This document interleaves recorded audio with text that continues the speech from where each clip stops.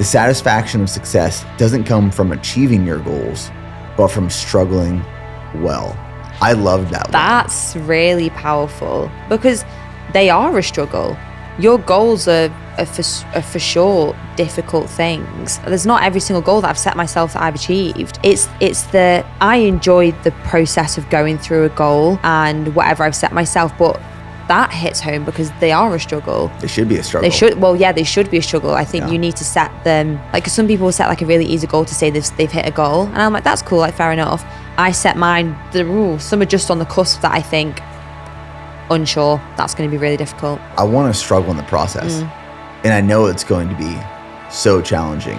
If and when I achieve it, I mean, it's going to be absolutely amazing. Yeah. But the process and the journey to get there, that's where the satisfaction comes from. Yeah. It's not just crossing the finish line.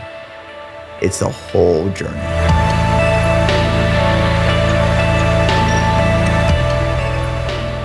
Today on the podcast, we have returning guest, Lucy Davis. Welcome. I'm very excited to be in the official podcast studio. Not that I didn't love being sat outside in LA during the speed project, but I think my mind was quite clouded before that because I was so nervous to race. Yeah. Whereas I'm in the official, do we call it the official Go One More, the official BPN, the official Nick Bear? What do we call this? Well, this whole suite that we're in, I call it our content hub. Content hub. And I can't wait for our future HQ, which we'll move into next April, May timeframe, 2025. Because the podcast studio that we're building out is much larger than this. It has like a dedicated green room podcast studio, and it's right next to our gym, which is 9,000 square feet. That's insane. And we're not even calling it a gym. We're calling it the Human Performance Lab. Oh, that's very cool. I mean, this gym is already incredible. Like I was just in there by myself yesterday, ripped a high rock session, then did the bike, and I was just like blasting music. I thought this is great to have this space. So the fact you're getting somewhere that's even bigger is wild. Yeah, it's one of my favorite places, especially like BPN HQ gym, workouts late at night, garage doors thrown up, music blaring. That's just like a vibe that it's really hard to describe unless you experience and 100%, feel it. 100%. I didn't know what that would feel like until I came here because I see everyone training thinking, oh, that looks nice. It's different than nice. It's just you feel I trained so well yesterday. I felt so powerful. Like it was just me. I was in my element. It's a great space. Yeah, the doors were open. It's hot. And I was like, this is a bit of me. I like this. I think there's something there. You know, I'm a big advocate of setting the conditions to succeed and reach your goals and win and achieve your full potential. And a big part of that is setting the conditions, creating the environment, the people, the place, the energy. That's always been my goal with BPN HQ. And that's the intent we're taking to this new space is I want to set the conditions where when you walk in, and that's why we're not calling it a gym. In this next space, we're calling it a human performance lab because that sets the conditions of what the intent is that you're supposed to do when you walk through that door. Yeah. It's not just working out, it's training human performance. Well, you're setting a standard of something that you want, because everyone will have different goals who trains there and they're all different, but you're almost setting that environment to set a standard of people. It's like, you know, you're going in and you're going to work hard. You're going to have an intention for the session or whatever you're doing. And I love how everyone is training completely differently. You've got high rocks, you've got people running. I was running outside. You've got people doing bodybuilding. It's a very, very special environment, and I'm very proud to be a part of it. Well, with that being said, I want to thank you again for deciding and choosing to work with BPN. You are our most recently announced official BPN athlete. I am. Congratulations, but no, thank you. But thank you for working with us. I feel like it's been a long time coming. I've always been aware of you. I think it was in 2022. I did a day in the life of you. I remember that. And like your training, and I messaged you and I was like, give me like a really difficult, and I remember the session, it was insane. It was like 21K worth.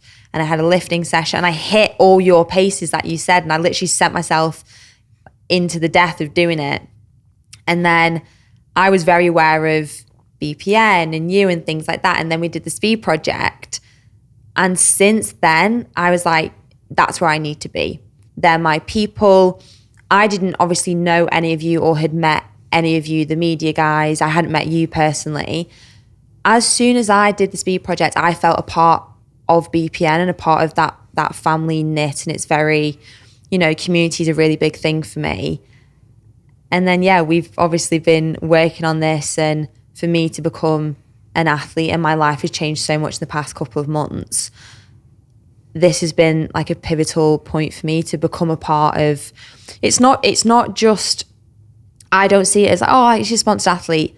I am a part of this team, this family. I feel very included. I've obviously been so looked after by like Tony and Luke, and they're incredible people.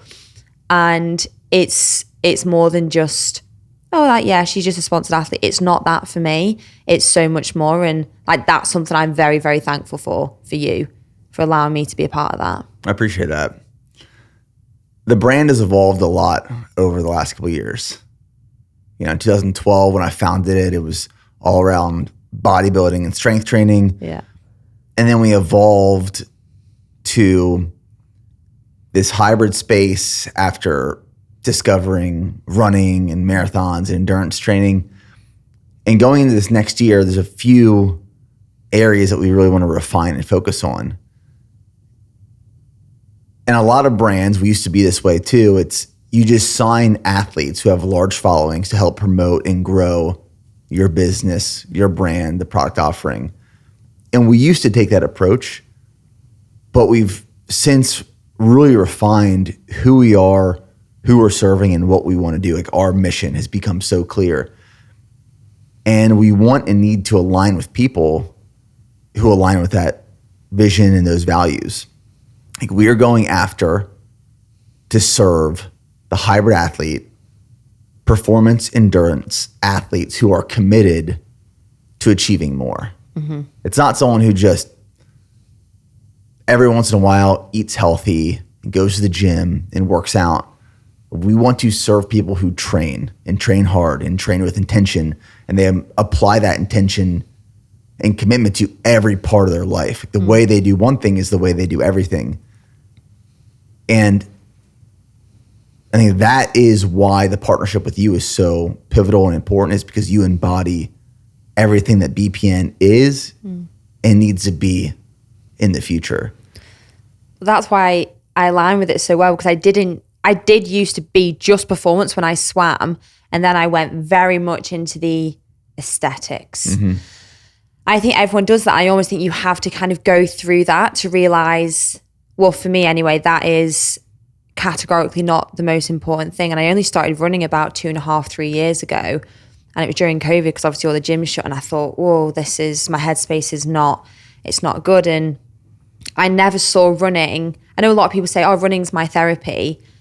I don't really get that from running. I make my best decisions. I get a lot of clarity. Like, I'm a very busy person, and I will go on a run and I'll feel clearer. They're not always easy. Like, an easy run doesn't always feel great because my legs are so heavy from previous sessions or whatever I'm doing.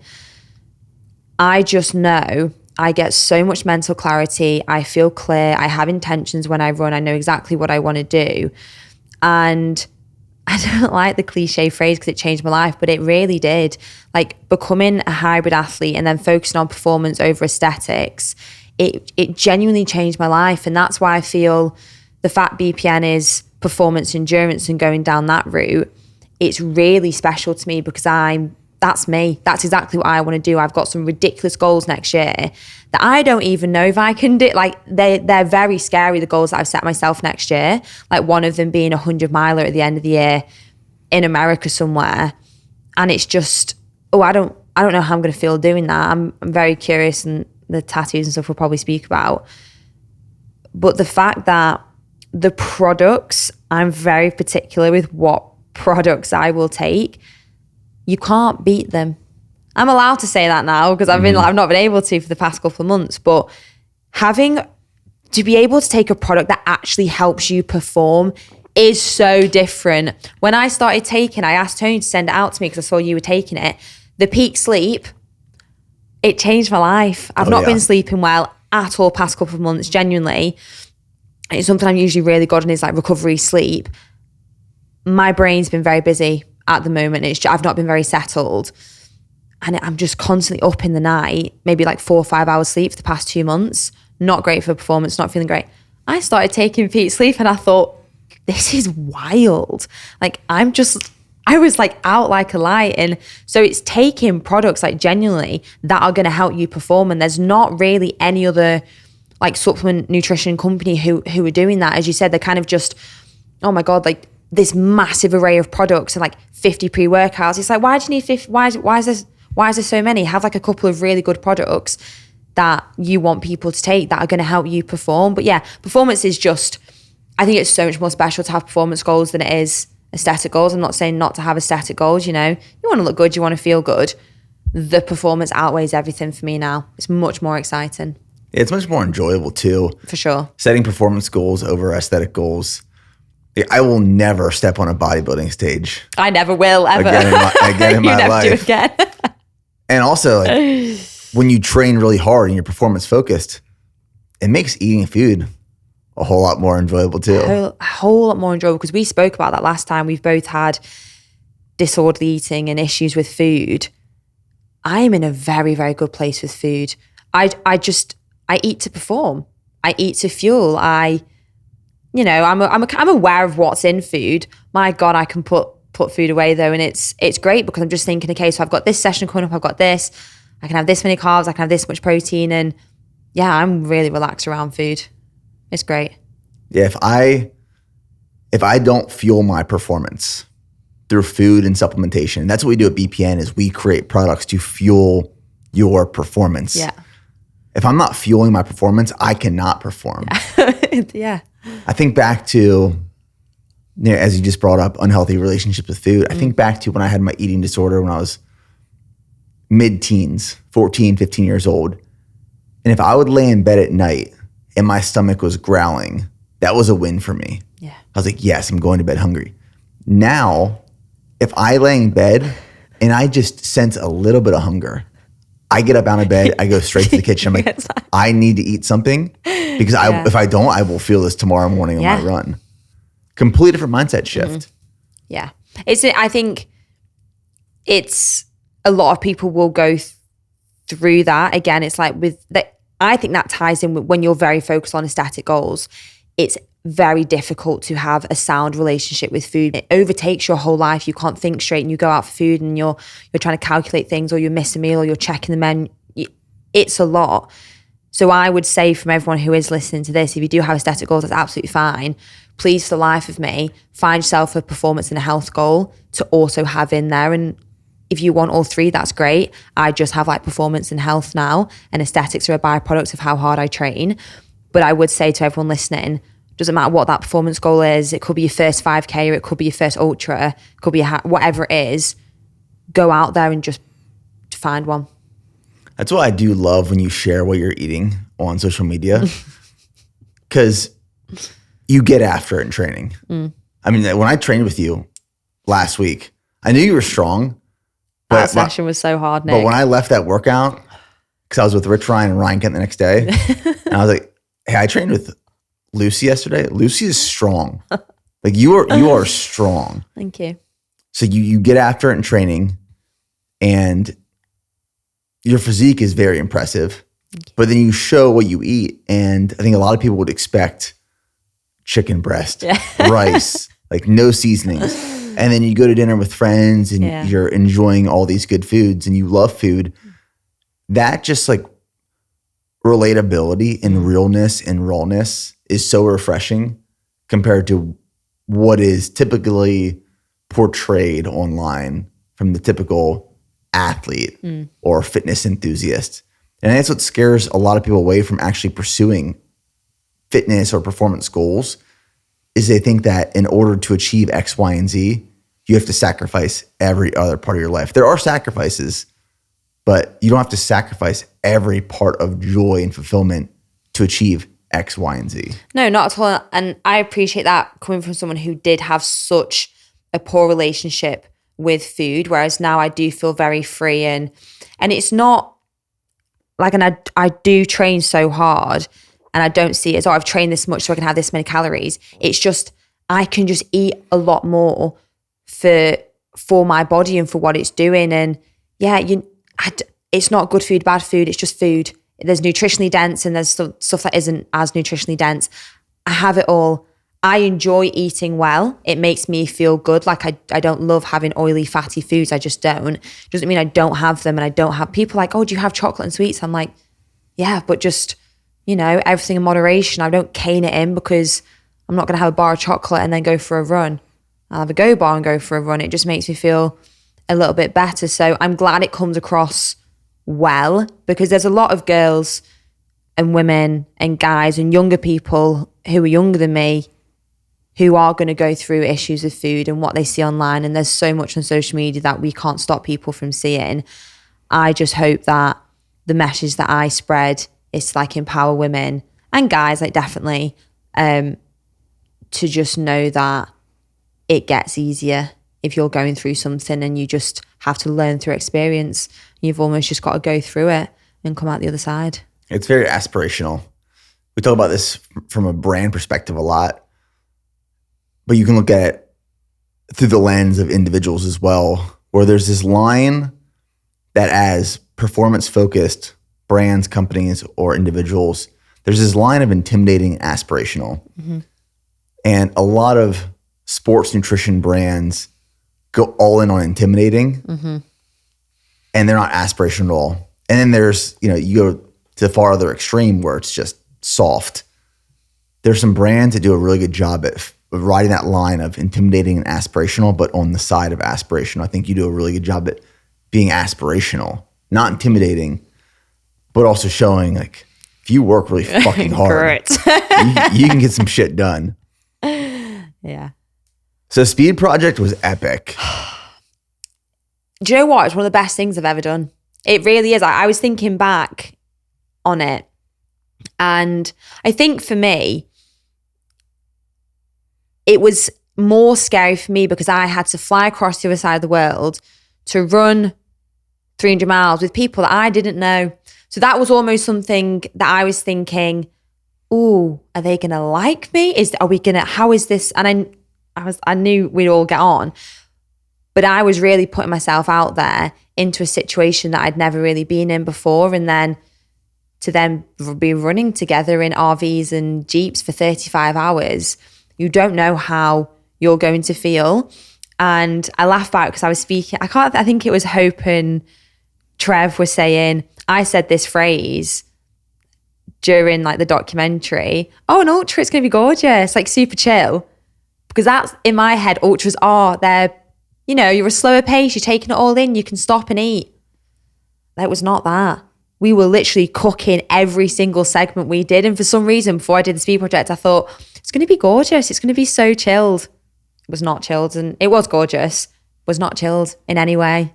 There was speed in the Speed Project. Oh, what was our average pace? Like 6:30 a mile or something insane? Like that. I mean, that last, 40 miles going into Las Vegas, I think we averaged like a 6 minute per mile pace. Yeah.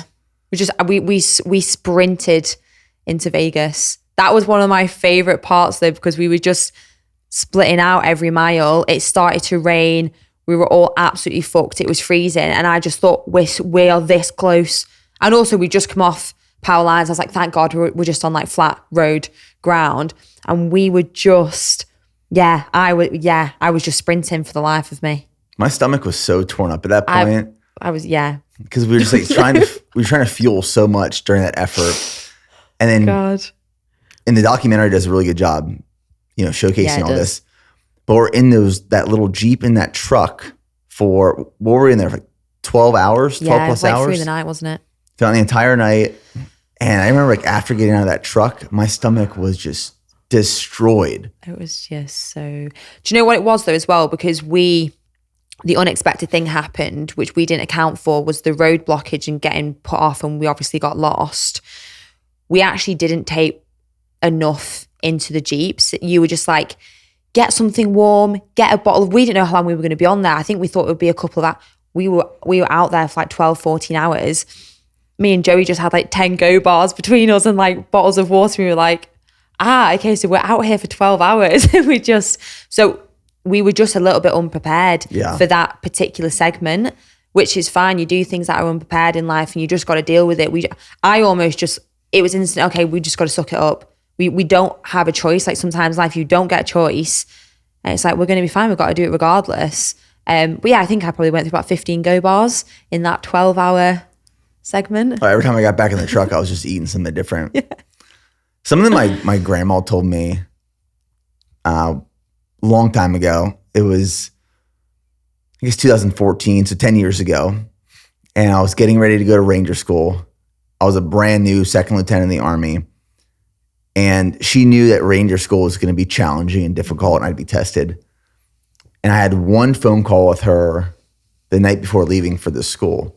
And it's a 61-day course if you go straight through. I failed 2 phases, so I was there for 145 days. Wow. I felt like I was in prison. But she told me, Nick, just remember this too shall pass. And I've applied that to so many other parts of my life since then, where whenever something gets really hard and challenging and it feels like the world's about to end, it's really easy to be submissive to that pain and discomfort and just allow it to wrap around you and take over every other part of your life and you become self-destructive. Or you can look at it as just a obstacle, a speed bump, and that this too shall pass. That pain, that discomfort, it's not going to last forever. It's going to be a finite period of time. And once you come out the other side, you have learned so much and gained so much new perspective. And you look back years later and that speed bump will just feel like a blip on the radar. And you'll grow from that experience. I think I've definitely experienced that like heavily over the past couple of months on like emotional level of just feeling there's certain things in life that just happen and they spring out of nowhere. And then your life can change in an instant for just so many different reasons. And it's just thinking, wow, this feels horrible. Like I feel horrific, like very insecure, lacking a lot of confidence. I don't feel like myself. And when you're in it, it is extremely difficult to look outwards because it feels so painful, whether it's like painful in your heart or your head or your body or whatever you're going through. And then what I like to do or what I have done is just perspective and thinking about things that I've been through that have been really difficult in my life previously and I've always got over it and I've always come through it. Or it's looking at gratitudes. I have to do that a lot. Like I'm so grateful for like this and being in Texas and Austin and being around amazing people and my friends and my family. Like I got my sister tattooed on me when I'm out here because I am so grateful for my sister. She is someone who I speak about all the time and I love her so much. And it's when you're going through really horrible times, I truly believe you can absolutely get through it because life is almost better on the other side of those things. I think I turned 28 on Sunday. I feel like 28 is going to be the best year of my life, which is a very bold statement, but I've just got this really special feeling that I'm now like truly happy within myself and what I want to do and what I want to achieve and who I'm surrounding myself with. So I think if you're going through something, it's pull it back. Like, what are you actually really grateful for? You could be grateful for waking up in the morning. You could be grateful that you're literally alive and you get to think and you get to move your body, and these gratitudes don't have to be like, oh, I am a bit like crazy. They're not that. They have to be something that's more internal to you and that's special to you and like you feel. And I think that's what's got me through the past couple of months is just how like grateful I am about other things in life that are better than hard things. Well, it's interesting that you got, and I want to talk about your tattoos. Yeah. Curiosity and courage. Yeah. shortly after the speed project, you got those Yeah, tattoos. very soon, like a month later. It's why I say it's interesting that you got courage tattooed on you months ago. It's almost like it was setting you up for success months later. Because I talked about this recently, where I think you can solve all of life's problems with courage. Courage is required to take action and solve problems. And so many people are hoping for a solution, but hope and wishing isn't going to change anything. It's the actual application of the action that's going to change something. And the only way you can take action is by having courage. Yeah. So my question is, shortly after the speed project, why did you get curiosity and courage tattooed on you? Yeah, so I listened back to our episode and I think I said courage and curiosity so much during it. And then I realized on quite a lot of my videos and content on YouTube, I was saying these two words and then like my first two tattoos. And the thing with courage, like a really close synonym is bravery. And I think a lot of people think you face situations for courage without fear. But I don't think it's that. It's having courage is feeling the fear and doing it anyway. And that really resonates with me because I think sometimes people see me doing these crazy challenges. Oh, she's like fearless. No. I am scared to do a lot of these things. I'm fearful. I was so scared to come to LA and do the speed project. And it was just almost, okay, I feel that fear and I'm going to do it anyway. And I'm quite an emotional person. I really feel my feelings. I cry a lot. I cried so much over the past couple of months. But it's having the courage behind that to feel how I'm feeling and then do it anyway. So that really resonated with me. And I was saying all the time, I was like, I want to be running and I want to be able to see that on my arm every single day. And then the curiosity one is interesting because I ask a lot of questions in life. I'm not embarrassed. If someone, like if you said a word on today's podcast that I didn't know, I'd be like, oh, what does that mean? Because I'm curious. I'm not embarrassed that I don't know everything. Not everyone knows everything. And I like learning. I like understanding what people think. I like understanding what makes them tick. So I have curiosity to find out what I can do in life. I've now gone down the route of doing these physical feats. So the 100-miler, I'm so curious to see how it's going to go. I don't know how I'm going to feel. The first 100K that I did, I'm just curious. I want to see how my body reacts. I want to see how my mind reacts. I want to see how far I can push myself into the pain cave. And then when I put those two words together, courage and curiosity, it's like a deadly duo. I think curiosity is quite like a soft word, but it's like, oh, like a little bit curious. And courage is a bit more hard hitting. And then you put them together and I feel like it's me. I feel like it just made a lot of sense. Yeah, I probably got them like a month after the speed project, my first tattoos. I mean, I think they fit perfectly together. Yeah. Because there are people who are very curious people, but they will never act on that curiosity. Like there are people listening to this episode right now, once it's released, and they have those same thoughts. Can I run 1 mile? Can I complete my first marathon? Can I run 100 miles? Can I start a business? Can I make this much money? Can I be loved? Can I love myself? All of these things, but they never take any action on that curiosity. So it's always this thought. It's always in their head. But you need the courage to apply and amplify that curiosity to actually find out, can you or can you not achieve it? I think you need both. Yeah, you do need both. And it's difficult to sign up for the things or experience the things that you are curious about, but you've just got to do it. There's no cushy way of saying that. You just almost, and it is, you've just got to take action. You have this thing of motion action where a great example is people want to like start reading more or learning more or start a business and things like that, they'll buy all the books. They will get the self-help books. They'll get the business books. They will sign up to a business course and that's it. And they'll look at them and they'll be like, oh, but I've got them. I'm going to start doing that. No, you're just stuck in this wheel of motion, because motion makes you feel good. Like, oh, you're buying the books, you're signing up to the courses, you've got yourself a personal trainer. You're just stuck in this cycle of that. Whereas when you actually physically go and take the action, that's okay, you're opening the first page of the book. You've started to read it. Oh, you're listening to that podcast. Oh, you've actually started training.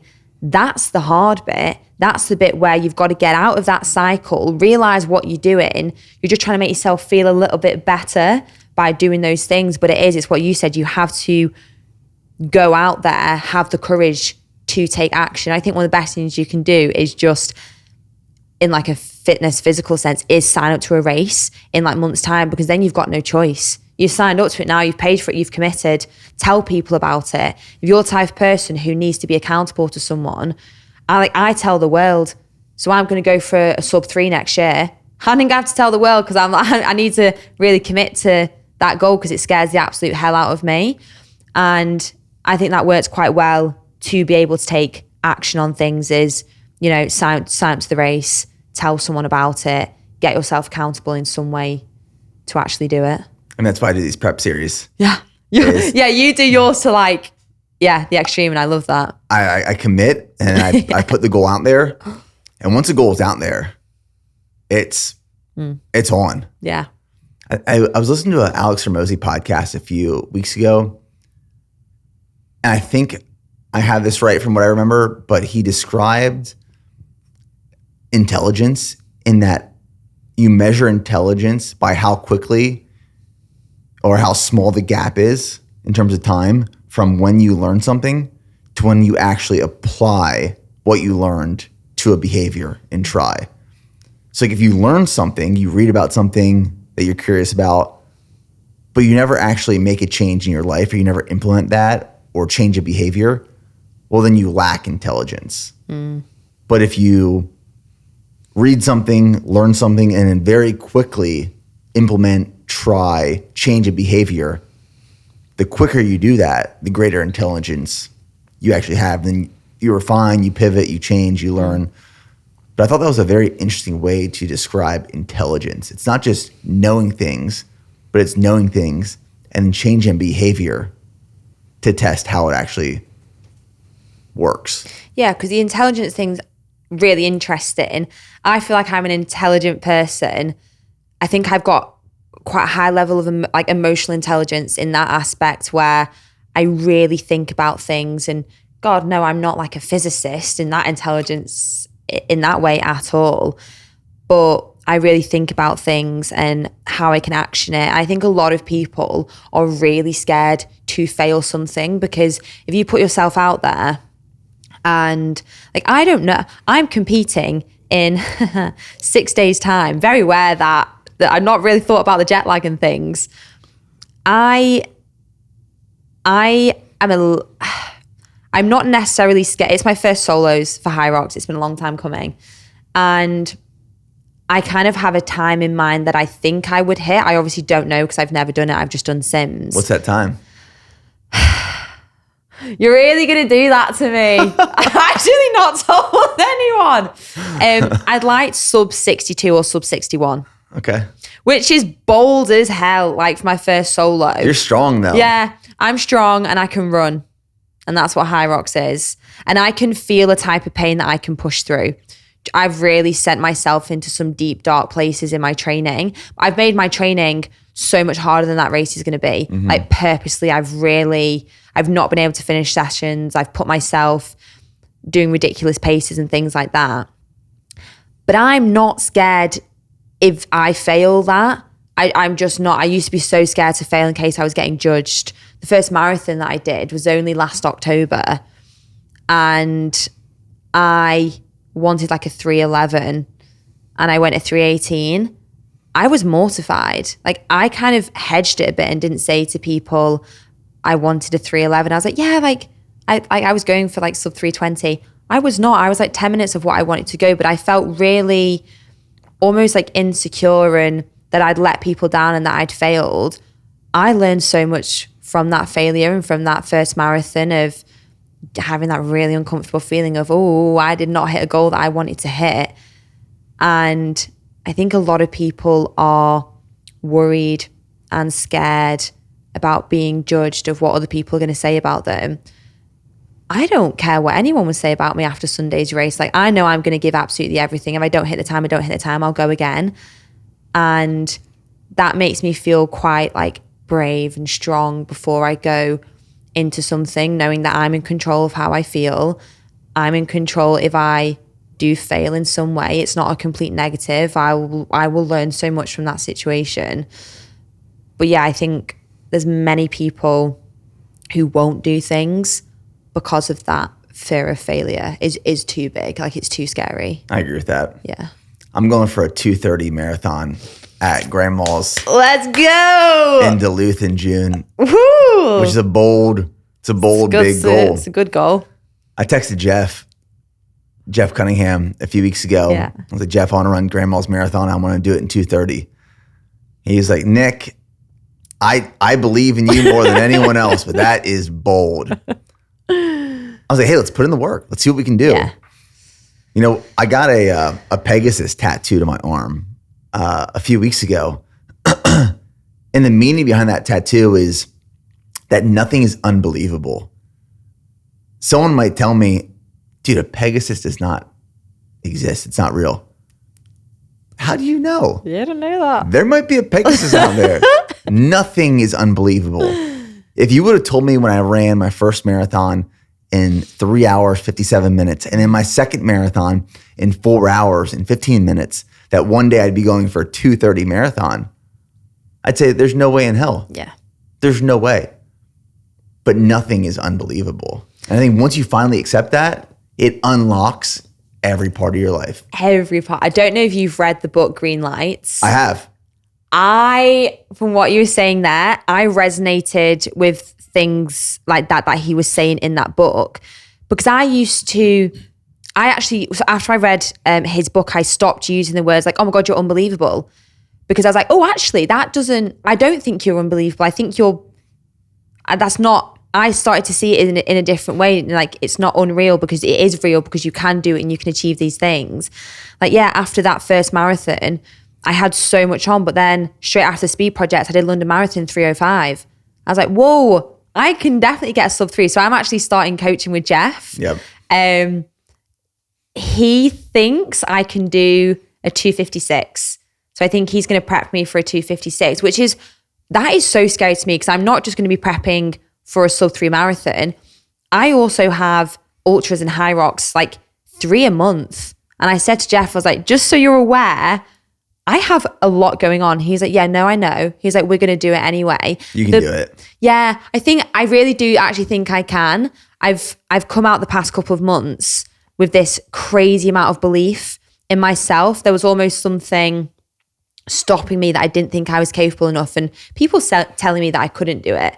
There's quite a few people where I've said, you know, I'm going to go for a sub 3 next year and some ridiculous high rocks times and 100 miler. And they're like, but you can't do all that. And I was like, oh, like maybe you're right. I'm not 100% sure. And then they put doubt in my mind, and I don't like that. Mm-hmm. I've had a couple conversations with Jeff. The belief he already has in me, we're going to go for dinner tomorrow. The belief he has in me that I can do it is all I need. And the belief that I have in myself at the end of the day, I don't think, I kind of want to prove people wrong a little bit as well. If they don't think I can do it, they're very scary goals. I'm aware of that. I don't know how I'm going to feel, but I'm very excited to prep for them and like the whole process. And I've never done a marathon block prep specifically for that. So it's going to be so much fun. Well, a few things around that. One, with you splitting time between the UK and Texas. Yeah. You'll have a solid running group here. Yeah. Really solid running group. And I found that when you run with people who are a lot faster than you, you get a whole lot faster yourself. Mm-hmm. And the second thing is that doubt is only dangerous when you start doubting yourself. everyone in your circle, your friends, family, people you don't know, the world can doubt you. And none of that matters until that doubt starts trickling into and onto you. And when you start doubting yourself just a little bit, game's over. Yeah. Doubt is only dangerous when you start doubting yourself. Ooh, I like that a lot. I don't have any doubts for Sunday. I am so excited. I'm competing on my birthday. It's a great birthday. It's a great birthday. I think it's a great way to turn 28. I actually do have some of the most supportive people around me, and because it's like a home crowd, it's Manchester, I am buzzing to race. I think as well for this competition, I've worked really hard. Like, I actually know the past couple of months I've really drilled in to high rocks training. I've never really just done specifically like ridiculous speed work for running just for high rocks, and God, the amount of ergs and freaking burpee broad jumps that I've done. I know I've got like this different level of confidence about me going into this race that I've not really had. And I just feel like I've got itchy feet to race. I can't wait to see how you do. I'm really excited. What's your mindset like come race day? Of all these races you've done, all these competitions, and here's my take on this. I've towed the line for many races the last couple of years. And a lot of people are there joking around, having fun, keeping it light, which to each their own, but that's never been my approach. From the time I wake up that morning to the time I tow the line to the time I finish and cross the finish line, I am so dialed in. I don't want to talk to anyone. I'm focused. I'm a different person come race day. It's that Mamba mentality. Yeah. What do you like come race day? I almost feel I have this different persona of like, I'm a very like smiley person. I'm always chatting to people. I kind of go in on myself a little bit on race day, and I'm just thinking back of like how I do act in certain competitions. I'm very quiet. I will always just have headphones in, even if I'm not listening to anything, they're just kind of in my ears.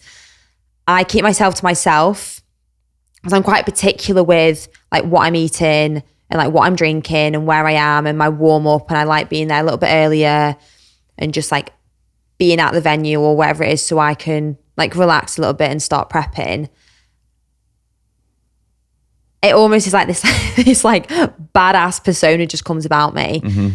If anyone because people, the thing with high rocks as well, when you go into that little funnel, the adrenaline is so wild. Like I can't wait for you to experience that. And the countdown of like the 10 seconds, it's really intense. There's always quite a few people who are trying to talk to me. I will ignore them. As in, I just won't even, and it's not being rude. It's just, I'm ready to race. I'm ready to go. And then when I'm racing, I feel so just like powerful and strong because I've kind of had that attitude beforehand. Yeah, I go quiet is the best way to describe it. I'm thinking about the race, thinking about what I'm going to do. Yeah. It is almost like a different persona that comes across. And what I'm trying to do is really just stay focused and aware. Like you said, with food and hydration and warming up, I don't want any distractions. Like, I am looking at the clock. I am counting down from race day. Everything is accountable. Everything is accounted for. Don't distract me. Yeah. From any part of this process. And it's not to be rude. I'm not trying to be mean or angry. It's just pure focus. Yeah. I do the same thing though come race day. Yeah, I'm the same, and sometimes I find it difficult because I like with like the high rock space and I work online, a lot of people like want to chat to me and things like that and get pictures. After my race, 100% I'm here for it. If someone tries to do it for my race, I'm like, I'm so sorry, I'm just in it. And it's at all not to be like, I love talking to people and chatting to people, but just wait until after I've raced, because if you're speaking to me, I'm probably just not like taking it all in. So that's a little bit hard with high rocks because it's so busy and it's so amazing and it's wonderful. It's just to wait till I've crossed that line. Yeah. At the end. That the regular persona comes back post finish. Yeah. This is something I wanted to talk about because when we did our first podcast out in LA, right before the Speed Project, this caught me by complete surprise when I asked you about what you thought about when I reached out and asked for you to join our team for the Speed Project. And at first you were contemplating not doing it because of this imposter syndrome and lack of confidence you had. And I just could not believe that. I was so taken aback by that because, and I think this might lean back into courage, but from an outsider's view, you're very confident. You're very strong. You know what you can do. And when I heard that you had this imposter syndrome and lack of confidence when you were asked to join the Speed Project team, I was very confused. And I'm wondering, is your courage just that strong that even when you lack confidence, even when you have that imposter syndrome, even when you're scared and you're fearful, you still do it because you know the outcome that will come out of that experience? Talk about that imposter syndrome a little bit more. Yeah, do you know what? When I'd never really spoken about imposter syndrome before a lot. Like I touched on it in a few of my videos, and then we spoke about it on the podcast, and actually speaking about it really helped me because I've never really spoken about it to people, and I was almost worried what people would think because it's almost just thinking, yeah, like you're not good enough, you're not deserving, you shouldn't be. For me, like the imposter syndrome thing is I'm not deserving of where I am right now in my life. And that was like a really big thing that I felt around the Speed Project. I could not fathom for the life of me why you had picked me or asked me to do it.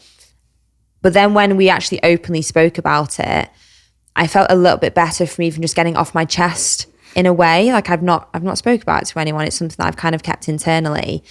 And from that, because I listened back to our podcast and I thought, I don't feel like that's me. I do feel like I'm this confident person. And I do think I have a silly amount of courage that does mask it a lot of the time. And this idea of sometimes I just grit my teeth and I smile and I do it anyway, regardless of how I'm feeling. Or like I've been chatting to Luke about it quite a lot. I am quite an insecure person, and it's really weird, and I can't really describe it to people of why I feel the way that I do. I don't know if it's because I want to be like a role model for young girls. So is there this level of pressure that I put on myself to like always be that role model and always be this like shining light to people? So when I say I actually have real moments of being like really insecure, it makes me feel weak. And I don't like feeling weak. And I'm not a weak person, but example, over the past 2 months, my life has changed like a 360. I thought my life was set up. I thought I was done. I thought life was sorted. I had the fairy tale. And something happened that has never made me feel so insecure in my whole entire life. And the confidence just fell out of my body for like the past couple of months. And it really, really shocked me because I was like, oh, I don't know how to deal with these feelings. And it's almost like since the Speed Project, I really worked on myself and being confident and being really secure and being deserving. I was like, no, the Speed Project was great. Like London Marathon was great. I've done all these amazing things. And then, yeah, this hurdle is thrown in the mix. And I kind of felt like I went a million steps back to square one of, God, like, you should be insecure because this has happened, or you're not deserving. And now life's going to be, I don't know what life is going to be anymore. And it was all these emotions. And then I've come out to Texas, and Texas is a great place. Like Austin is a great place, but it's not even just that. The people that I've surrounded myself with, the happiness that I have felt within me, the amount of, I've had to really dive deep. I've had some real moments. I've done a lot of solo travel over the past couple of months. It's been important for me to just be in my own head.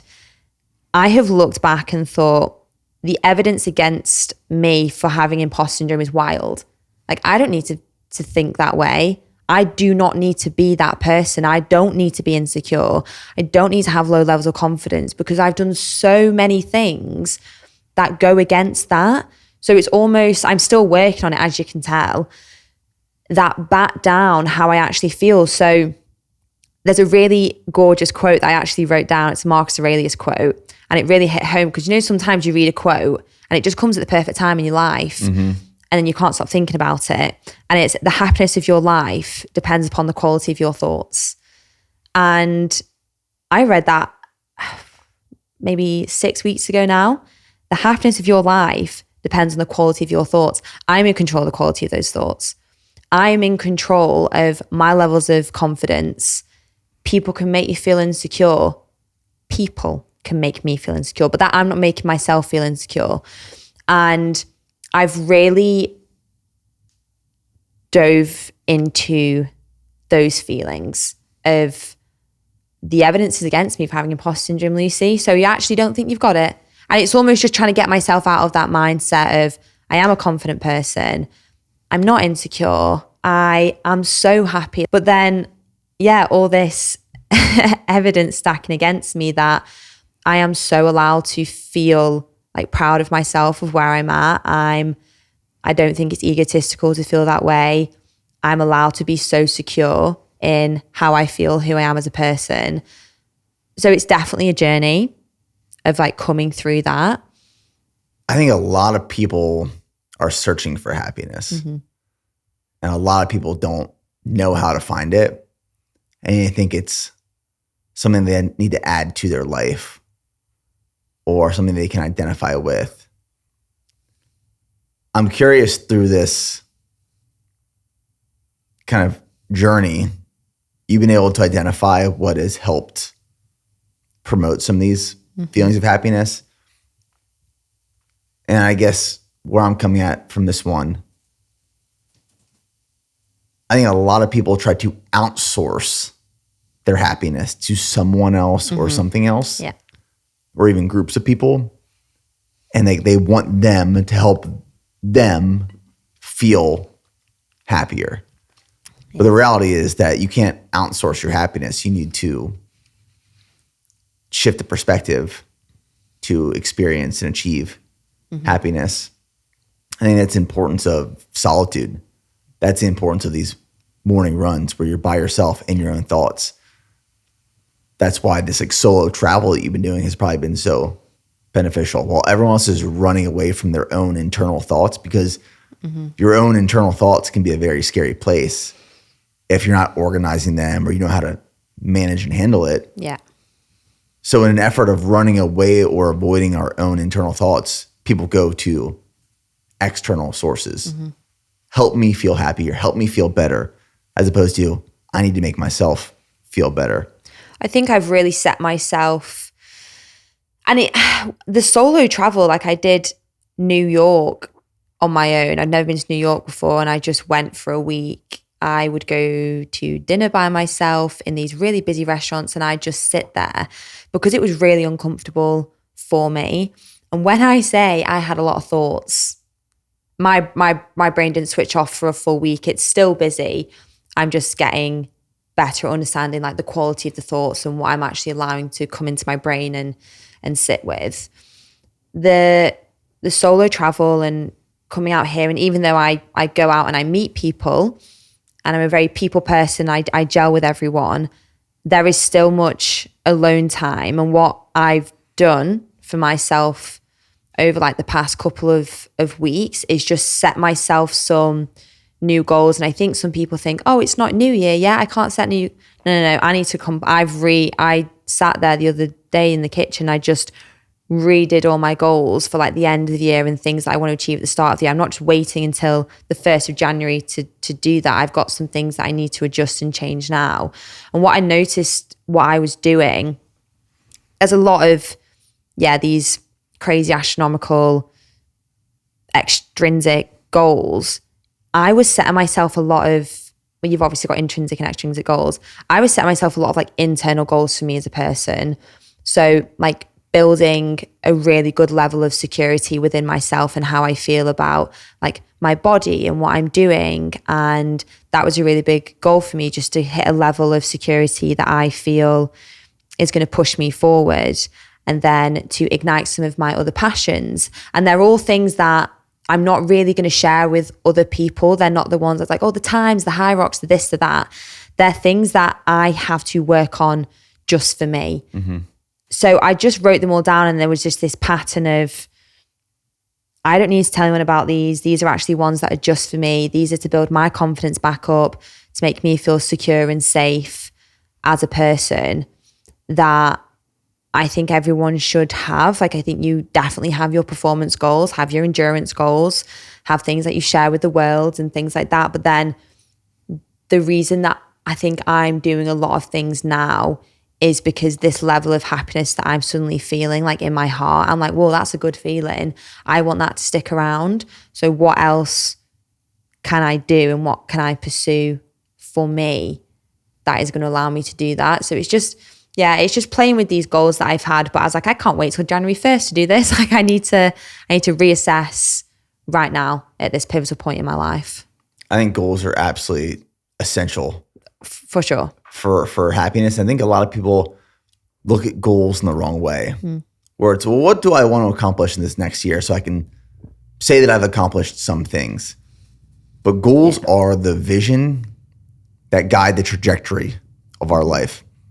So I wrote a few things down all around goals. I just wrote this: an individual's ability to commit to a goal and pursue it with full passion and grit, regardless of the obstacles they encounter, is a testament to their character and likelihood of success. And then, to quote Ray Dalio, the satisfaction of success doesn't come from achieving your goals, but from struggling well. Whoa. I loved that one. That's really powerful, because they are a struggle. Your goals are for sure difficult things, because I think I have like categories of goals, like business, personal, life, health, fitness. And some of them, you don't think you can do it. I mean, some of them I haven't. There's not every single goal that I've set myself that I've achieved. And yeah, I enjoy the process of going through a goal and whatever I've set myself, but that hits home because they are a struggle. They should be a struggle. They should be a struggle. I think you need to set them at a level. Like, some people will set like a really easy goal to say they've hit a goal. And I'm like, that's cool, like fair enough. I set mine, some are just on the cusp that I think, unsure, that's going to be really difficult. That's what this 2:30 marathon is for me. Yeah, I think you'll be great. I think you'll do it. Like, that is a bold goal, and I want to struggle in the process. And I know it's going to be so challenging. And if and when I achieve it, I mean, it's going to be absolutely amazing. Yeah. But the process and the journey to get there, that's where the satisfaction comes from. Yeah. It's not just crossing the finish line. It's the whole journey. Yeah. That's the point. I think I get excited about the level of passion that I have behind goals. Like that, that's going to be so exciting to watch you do that. And I think you have to definitely have a level of passion behind these goals. I think you have to have passion in life in general behind things that you do, because it comes across in your character and who you are as a person. I can't wait to do a sub 3, and then and I know when I do that, it'll be like, 250 marathon, because that thing we said before, it's not unreal, it's not unbelievable. You have to have the belief in yourself that you can do it. And I truly believe, for the first time probably in my life, I can. And what was that quote you said before with the doubt? I love that one. Doubt is only dangerous when you start doubting yourself. Yeah. I have had some real doubts of myself over the past couple of months, like really dark, deep places that I've been. But like being out here, going into my new life, turning 28, I'm not going to have the doubts. I'm going to truly believe that I can do these goals, and I'm passionate about them. It doesn't really matter if other people don't believe in me or they're not as passionate about it. I think that's actually important to note, is some other people will not give a fuck about your goals and they just won't be interested, and you can't be offended by that. I used to get quite offended when I used to share a goal and I was like, oh my God, this is amazing. And people are like, I'm like, what? I'm really offended. Like, I think it's the best goal. But it's nothing, it doesn't ignite something in them. It's not what they're passionate about. They can be happy for you on a level, but that's where you have to be happy with your goal. You have to want to achieve it. That's where the intrinsic thing comes in, because there might not be that external applause and everything like that you dream for and want when you've hit that goal. So you have to know deep in your heart that it's for you and it's not for the satisfaction of other people. I get asked like, oh, do you do these races for like Instagram? I'm like, I couldn't give a flying fuck about that. I am doing it because I want to see what I can do. It lights something inside of me, which is why I am so thankful that I did find running when I did, because I don't know who I'd be as a person right now without running. I'm the same way. I can't imagine. I used to have an arm day in the gym. I used to go and do biceps and triceps and traps maybe. If I was still training like that, I just think my life would be in a completely different trajectory. I enjoy the hybrid lifestyle. So I've embodied it. It's how I describe myself. I can't even imagine not running now or being that person. It's set me up with some of the best goals that I have ever done for myself, and allowed the ability to have those intrinsic goals just for me, and just been like proud of that because of like the passion that I've got behind it. Passion is it's an amazing word. It's an amazing thing. I don't talk about passion enough. After like this conversation right now, I'm like, what separates people who are just fulfilled with life and who are chasing down these dreams, and just, you look at them and they're on fire. It's passion. 100%. I'm thinking about people in my life right now who aren't passionate about something, and it's like they're almost just dead. It's like, what lights you up? And I think back to, like, there's certain things in my life that I'm super passionate about. And if I could just paint a picture, it's like when I line up for a marathon, because the marathon is my favorite thing to train for. I love it. I love racing it.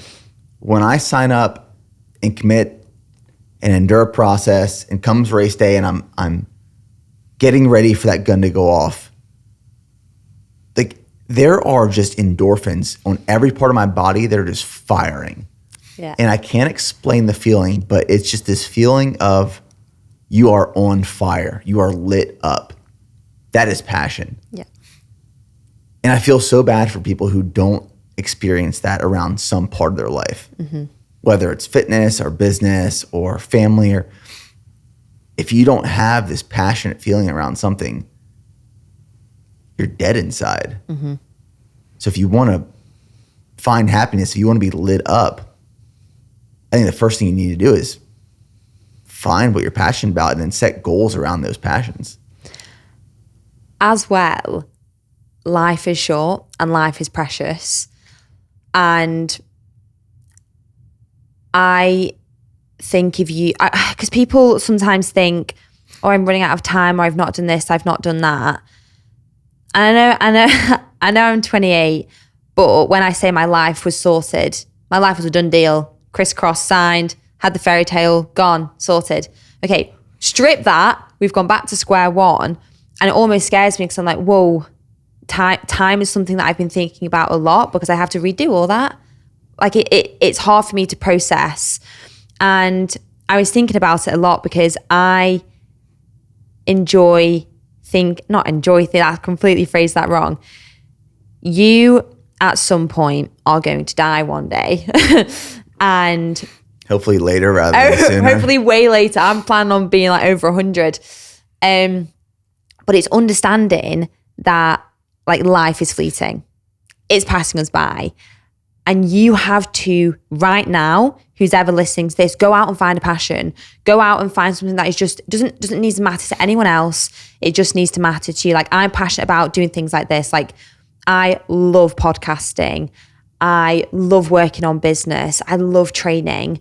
They're things that I'm really passionate about. My friends and family, like they're a priority for me. So getting to spend time with them and doing things for them, I'm really passionate about that. And it lights a fire inside of me. So you can have passion on many different levels, but I do think and it's really difficult if you're in a relationship that's not making you happy, or if you're in a job that's, it's not really ticking a lot. And I'm not one of those people who's like, just quit and do something. Okay, we also need to be realistic. It's very difficult, but maybe start the process of looking at other jobs, or have a little look at what you're interested in. Speak to someone about your relationship. And it's taking that plunge again, the courage and curiosity to understand that time is really valuable and you should live every single day to the fullest. It's only something that I'm just coming to terms with over the past couple of months. And yeah, just go out and find what you're passionate about as a person and what makes you tick. Yeah, you posted this quote the other day that I loved. It's wrong. I post many quotes. One day you will wake up Yeah. and there won't be any more time to do the things you've always wanted to do. One day you will wake up and there won't be any more time to do the things you've always wanted to do. Yeah. That's an inspiring but also scary thought. I will give credit to Tony because he showed me that quote. And it's that thing of when someone tells you a quote and it just happens to come at the perfect time in your life. And that's the reason I did share it, because the key word in that, you'll wake up and there won't be any more time to do the things you want to do. And it's having the awareness that time is limited, life is temporary, and you just have to put yourself out there now, because if you keep delaying it, that is the time passing you by. And it's so scary, and it's not to be morbid, but it's also to recognize and realize your own mortality in a way. Like we're 1 in a million to have even been alive and put on the planet. And that's a really scary thought to me. Like we are like 1 in a billion who just so happened to be alive. And my headspace is I don't want to waste a day. Like I've only been here for a week and I feel like I've been here for 6 months, because I've woken up every day and I'm like, okay, what are my intentions for the day? How am I going to live life to the full? And then, you know what? I've cried days here, and there's been ups and downs for sure. But it's just living every single day. And it sounds like such a cliche, but that quote really did hit hard. And that's why, I shared it. I think it was in our post. It was, yeah. Yeah, I think I shared it. But no, I give credit to Tony. I do enjoy a quote. I like reading things. I like understanding different things that people have said. And that one just hit very differently. That one hit me too. Yeah. I was recently listening to this podcast, and I was talking about how we sometimes take advantage of time, and we think we have this endless amount of time. Mm. God knows when we're going to die one day. We don't know. It could be tomorrow. It could be next year. It could be 30 years from now. Like, we just don't know. And there's only a certain amount of times we're going to be able to do certain things before we die. And this put in perspective, they were explaining, I have a little over 2-year-old daughter at home and then a 3-month-old son. And I love putting my daughter down to bed every night. It's this long process between like bath snacks, read some books. She's getting so much personality now where she's like, she wants to talk then and she wants to avoid going to bed. I put her in her crib. I have to tuck her in. Her 10 stuffed animals that are in her crib, I have to use a different voice to put her to bed. And I have to tell her what I'm making of her for breakfast tomorrow morning. And it's this whole process, and it's exhausting, but I love it. I love it. There's only a select amount of more times that I'm going to do that. Yeah. Not even before I die, but before she's too old for me to do that any longer. I mean, it might be a couple hundred, but still, every time I do it, it's one less time. And there's other things in our life that are just like that. So we have this board of this countdown for certain things, and every time we do it, it's one less. It's one less. It's one less. So that for me put things into perspective where one day we're going to wake up and we don't get to do those things again, or we don't have the opportunity or the chance. So we should do them right now. Yeah. And that's why it's important. I think you're quite similar to me with like, doing these crazy things and setting these astronomical goals because, well, we only have one fucking life. And that's a really special way to look at it, I think, with your daughter is, that you could have 99 more times left and then you'll do it with Nico but then Charlie will, and you're going to go through all these different stages. Like, I can't wait to do that one day. And that's something that I'm so excited for. And then, we're setting these goals and I don't want life just to pass me by. I want to live each day. But when I say I've only really realized this over the past 2 months, I can't even explain. Like, it seems the way that I'm talking about it, I've always thought this, and time is of the essence and life is fleeting. It's not. It's the past 2 months have been like, whoa, actually is. Like, I don't know what my life's going to look like at all now, really. I know it's going to be 50% in Austin, 50% back home. And that's exciting for me. And again, that's a real, the reason I've made that decision to split my time here and back home is because I know this place now makes me really happy. I've been here for 7 days and I can categorically say that I love it. That's all you need. That's all I need. But yeah, life is short and this makes me so happy and I'm in control of my life and what I want to do at this current stage of where I'm at. I'm going to do that right now because in 5 years' time, I might not have the opportunity to do that. So it's almost just like taking that opportunity and understanding that there's going to be so much going on, but it makes me happy. And, I've got the ability to do that, which I feel so lucky to be able to do, go back and forth from UK and America. It's something I've always dreamed of doing, but maybe in like 10 years' time, I'm going to do it now because the time is now and the time is right for me. And it makes sense and it's terrifying and it's scary, but I'm feeling the fear and I'm doing it anyway. And it's fun. Yeah. There's this quote I heard a few months ago. It was, change breaks the brittle. Ooh. We all experience change when we go through transitions in life. Sometimes change is much larger than we could have ever wanted or expected. But change will break the brittle and change will reinforce the strong. Mm-hmm. And we all have a choice of how we're going to react and respond to change. Mm-hmm. We can let it break us or we can let it strengthen us. And it seems like you're letting it strengthen you right now. And you're alive and you're well. I really am. And I think what's been a little bit hard, that's the approach that I've taken. I could have completely let this eat me up 100%. And I had the choice to not let that happen. And it's been extremely hard. The thing that I've had to battle with is, we work on social media. You have this kind of like perception and persona. And then I kind of have the girl behind the camera and the social media. And,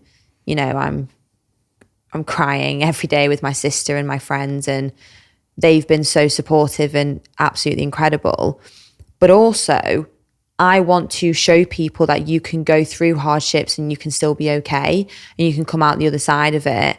And it has been lovely if people are like, oh my God, you're really glowing. Like, we can see something different in you. That's lovely hearing it from strangers who don't know me. My parents and my sister have said the same thing. And when they said that, they were like, we feel like we've got you back. Like, there's something different about you.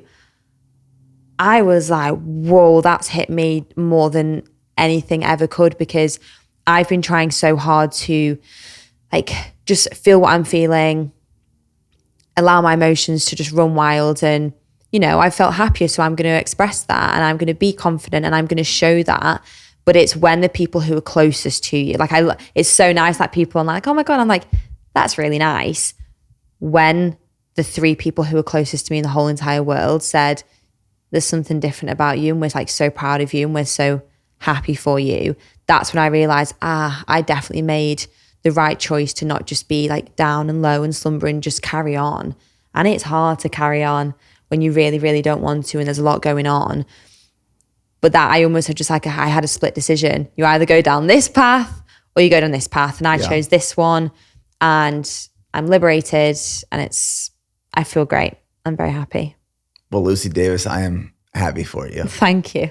It's great to have you here in Texas. I love it. I'm back on the 17th because I'm coming to watch you kill it in Dallas. It's gonna be fun. I can't wait.